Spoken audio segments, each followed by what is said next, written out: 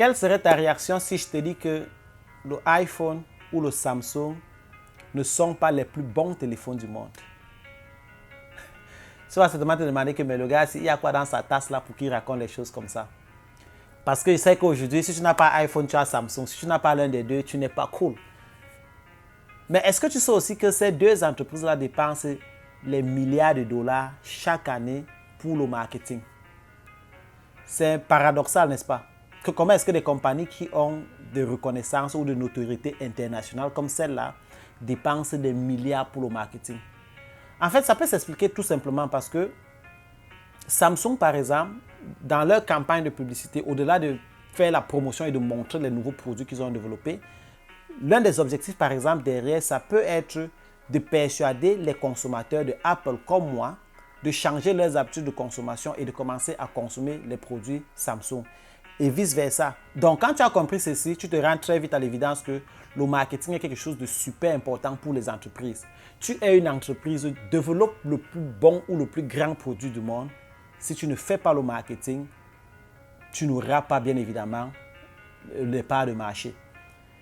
Et tout récemment, en fait, j'ai fait une publication sur ma page Facebook. En fait, j'ai partagé un post et il s'agissait en fait de Riz d'ici. C'est une compagnie en Côte d'Ivoire qui cultive et conditionne le riz et le commercialise. Et le conditionnement est autant attractif que le conditionnement des produits issus de l'importation. C'est même meilleur en fait quoi. Donc, sous le post en fait, il y a une amie qui me dit, mais même au Cameroun, on produit le riz.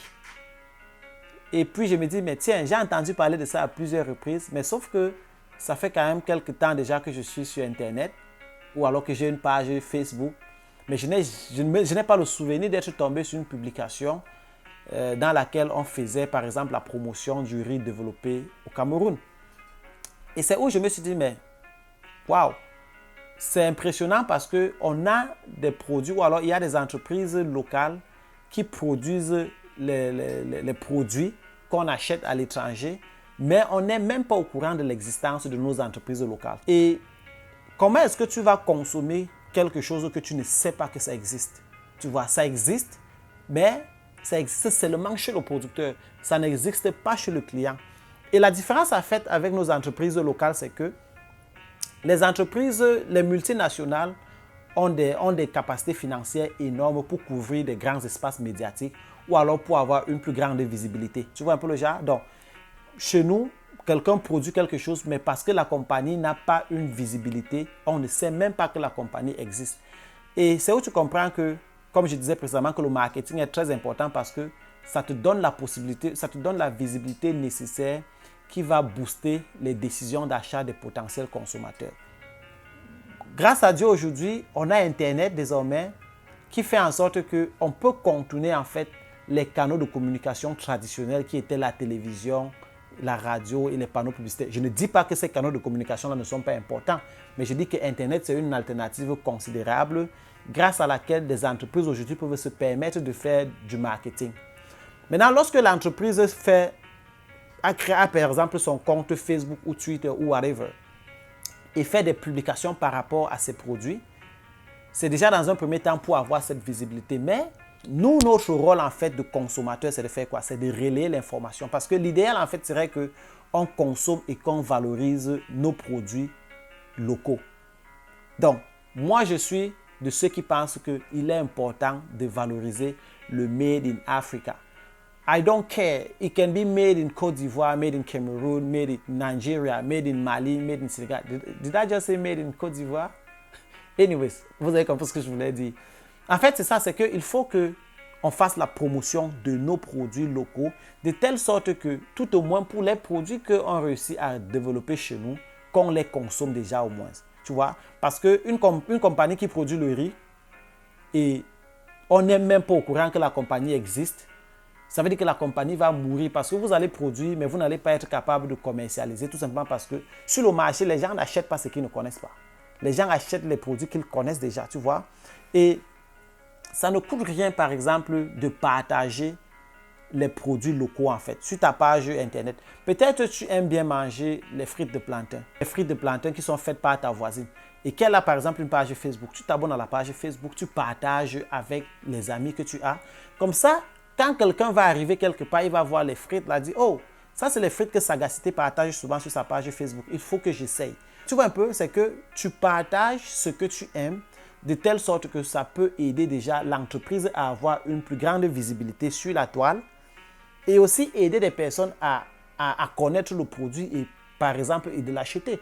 Il est important que les Africains consomment les produits locaux. Parce que si on ne consomme pas les produits locaux, ce n'est pas ailleurs que les gens vont consommer. Parce que c'est nous qui achetons toujours chez eux pour consommer chez nous. Donc, plus on va consommer chez nous, plus on va donner du pouvoir économique à nos entreprises et plus ça va même lever le niveau de l'économie générale de nos pays. On est dans une guerre de mondialisation où il y a le libre-échange, il y a tellement de mécanismes qui sont mis sur pied pour affaiblir, par exemple, les petits producteurs africains. Et il est important que la population africaine, en fait, prenne conscience du fait que le challenge, on ne peut pas défavoriser parce qu'on a le marché, mais on n'a pas le potentiel économique pour couvrir ces marchés-là. Donc, le riz camerounais, par exemple, si on fait la promotion de ça, ou alors le riz sénégalais ou ivoirien, si on fait la promotion des produits locaux généralement, ça va booster, ça va augmenter les décisions d'achat à un moment donné. Et tu sais que le meilleur des marketing, en fait, c'est le bouche à oreille. Quand tu as consommé un produit, tu as tendance à le vanter pour que les personnes consomment autour de toi. Combien de fois est-ce que tu as vanté, par exemple, le iPhone, disant que non, le iPhone, c'est un téléphone qui est solide, c'est un téléphone de bonne qualité aux personnes autour de toi? Ou alors, combien de fois, toi, est-ce que tu as vanté, en fait, le Samsung pour dire que non, Samsung est meilleur que iPhone, la caméra est bonne, ceci, cela. Tout ça, c'est le marketing indirect que tu es en train de faire pour une compagnie qui n'a même plus besoin qu'on fasse le marketing pour elle. Parce que nous fassions le marketing de Samsung ou de Apple ou pas, c'est des compagnies qui ont le budget pour mettre ces produits dans nos rêves. Il y a les jours que tu dors comme ça, tu rêves que tu as envie d'acheter le iPhone X ou c'est le iPhone 11 Max ou bien le dernier Samsung qui est sorti. Parce qu'à la télévision et sur Internet, ces compagnies-là ont mis le téléphone dans nos rêves. Maintenant, qu'est-ce qu'il faut faire pour nous les petits producteurs ou alors pour les producteurs africains des petites entreprises? Il faut bien évidemment qu'on fasse pareil pour nos produits, qu'on fasse la promotion de les produits. Et c'est facile. Tu as 500 amis sur Facebook ou bien 1000 ou 10 000. Partage tout simplement la publication. Tu donnes la possibilité à d'autres personnes de découvrir le produit là. Parce que le problème de nos produits, selon moi, c'est qu'on ne sait même pas que ça existe. Si on savait que ça existait, peut-être on pouvait les consommer. Donc, pour qu'on sache donc que ça existe, il faut que pour le peu de ces entreprises qui sont sur Internet, qu'on fasse le relais de ces entreprises-là, qu'on partage les produits de telle sorte que dans nos mentalités, qu'on comprenne que c'est des produits qui existent et qu'à un moment donné, on peut consommer. Moi, je prends toujours un exemple banal parce que quand j'étais au lycée, je me rappelle on utilisait une craie, je pense que c'était Robert Color. Et ça, c'était une craie issue de l'importation, tu vois. Mais il est quand même inadmissible qu'en 2020, on importe encore de la craie. Il y a par exemple la Startup Academy qui a développé une craie, je pense que c'est Startup Color. Donc, eux, ils produisent la craie localement. Et je trouve tout simplement que l'idée est fabuleuse parce qu'en réalité, pourquoi on a besoin d'importer un truc qu'on peut développer localement?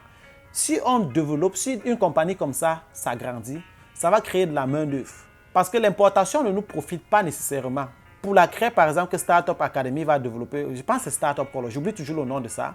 Imagine-toi, tu as 1000 abonnés ou bien tu as 1000 amis sur Facebook. Tu partages peut-être la craie de Startup Color. 10 autres personnes vont partager. En fait, ça va faire en sorte qu'à un moment donné, tellement on va voir ces produits, cette craie-là à répétition, que certaines personnes auront l'envie d'aller acheter pour découvrir le produit. Et c'est comme ça que tu te rends compte que même de façon indirecte, tu es en train de consommer le Made in Africa. C'est super important qu'on prenne conscience que dans la mondialisation actuelle, nous, on ne peut pas défavoriser et la seule façon de pouvoir s'en sortir et de survivre, c'est si en réalité on fait un marketing de relais. Je partage le post ici parce que je trouve que c'est bon. Quelqu'un produit les poissons, je trouve que c'est une bonne initiative. Tu partages tout simplement parce qu'il faut que davantage de personnes sachent qu'il y a des producteurs de poissons qui le font localement et on consomme les produits qui sont développés localement. On peut prendre une panoplie d'exemples. On ne va jamais s'arrêter. Mais la réalité, c'est que si on partage, si on fait du relais marketing pour nos produits, ça va quand même permettre que nos entreprises aient la visibilité. Et la bonne chose, c'est que c'est gratuit. si tu fais une publication, je ne sais pas si toi tu partages quelque chose que tu as vu, je ne sais pas si on va t'envoyer la facture de $10 à la fin du mois que $10 pour avoir partagé la publication de X ou de Y. C'est un peu comme si tu t'abonnes à ma chaîne YouTube maintenant, on ne va pas t'envoyer une facture à la fin du mois que $10 pour t'être abonné à la chaîne de Paulin Tamebou. Donc, prends donc la peine, tu t'abonnes à ma chaîne, tu partages mes vidéos avec des personnes autour de toi. Ça fait en sorte que d'autres personnes peuvent également s'abonner et on le fait pas seulement avec moi, avec quelqu'un d'autre, de telle sorte que nous les Africains, on développe le contenu pour notre communauté et on développe bien évidemment aussi les produits et services pour notre communauté. Dis-moi ce que tu penses en fait du Made in Africa, enfin des produits qui sont Made in Africa. Je sais qu'il y a beaucoup de choses qui peuvent être améliorées, mais il y a des entrepreneurs talentueux qui travaillent sur des choses qui sont énormes, donc qui ont simplement besoin de notre soutien et encouragement, pas seulement à travers les publications, mais aussi à travers la consommation de ces produits-là. C'est vrai que le plus important, en fait, c'est d'acheter les produits des Africains, parce que si tu partages par exemple, le riz produit par un Africain, alors que dans la boutique d'en face, tu sais qu'il y a le riz là, et que tu achètes le riz issu de l'importation, tu es un sorcier. Donc, c'est bon de partager, parce que c'est gratuit, mais pour ceux qui ont les moyens de consommer le Made in Africa, je vous exhorte à essayer et puis venez partager vos expériences avec nous autres de telle sorte que on soit davantage nombreux à partager, on soit davantage nombreux à consommer nos produits. Alors, c'était Paulin Tamebou. J'espère que à la fin de cette vidéo, tu vas comprendre que c'est important pour toi de t'abonner à ma chaîne YouTube. Ça ne coûte rien, non, mon frère. Il faut aussi ça pour me lancer, non, mon frère. Tu penses qu'on va faire comment pour s'en sortir? Anyways, en attendant, n'hésite pas de consommer un produit made in Africa ou développé par quelqu'un, un Africain que tu connais, et partage ton expérience avec nous pour que nous, on découvre le produit. Je souhaite même en fait que, en bas de cette vidéo, en fait, si tu connais quelque chose qui est made in Africa, tu mets le lien dessus. Comme ça, moi également, je vais tout simplement suivre le lien et aller découvrir de quoi il s'agit, m'abonner à la page s'il faut, acheter le produit si c'est possible, afin de consommer réellement le Made in Africa. Porte-toi bien, on est ensemble.